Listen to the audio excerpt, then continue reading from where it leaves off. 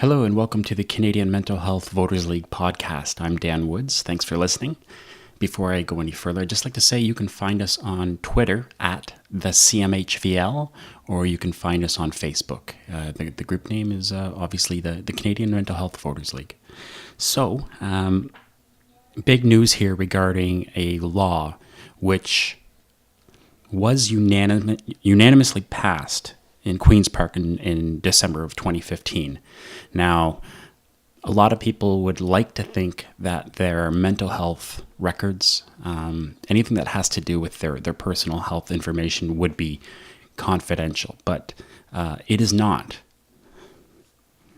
Up to this point, when prospective employers, when volunteer agencies, foreign governments, when you're doing a border crossing to the United States, for example, a lot of educational programs, professional licensing, adopting, all of these sort of bodies can do criminal record checks.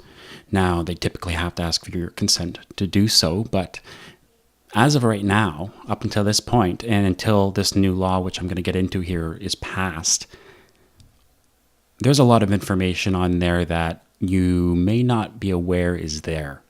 Now, a criminal records check, a lot of people would think it is, a check on your criminal record, which is untrue.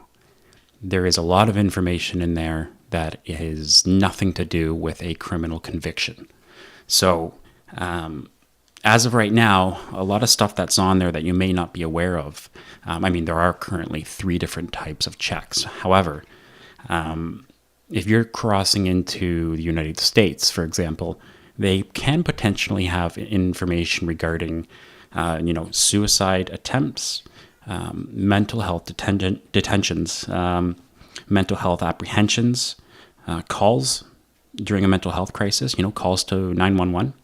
That stuff can be in your police records. Calls to police by the victims of crimes can have the mental health of that victim in their police records. Witness investigations, interactions where charges may never have even been laid. Never mind not being convicted. Any sort of mental health information, in regards to even a casual interaction with the police can be in your police records. So the law that was passed quite some time ago, December of 2015, like I mentioned, the law is called the Police Record Checks Reform Act, and it's going to be coming into place November 1st of this year. So this is going to drastically change the information about you, and in particular your mental health information that is accessible to employers, to border crossings, to volunteer positions, all those things that I previously mentioned. So it's going to severely limit the mental health information that is accessible to a police records check. It's also going to make it mandatory that the person for whom the records are based has to sign off and give permission to reveal this information. Now, I've gone through the law, and I don't want to get into the specific legalese of it, but essentially there's going to be 3 types of record checks, as there is now, that are available. There is still one that can potentially disclose serious mental health information regarding yourself. And that is a 3rd type that is based upon working with vulnerable sectors of the population where, and now this is up to the organization to prove that such material would be necessary in evaluating your competence or fitness to serve in certain roles. However, this is a massive step forward for the privacy of people whose mental health information really should not come up when you're, crossing the border. The Toronto Star did a report called Presumed Guilty. They did this a couple of years ago, and as a result of their investigation, tens of thousands of Canadians have records in police databases that have nothing to do with a criminal conviction. So this is going to help a lot of people in, keeping information that should be confidential.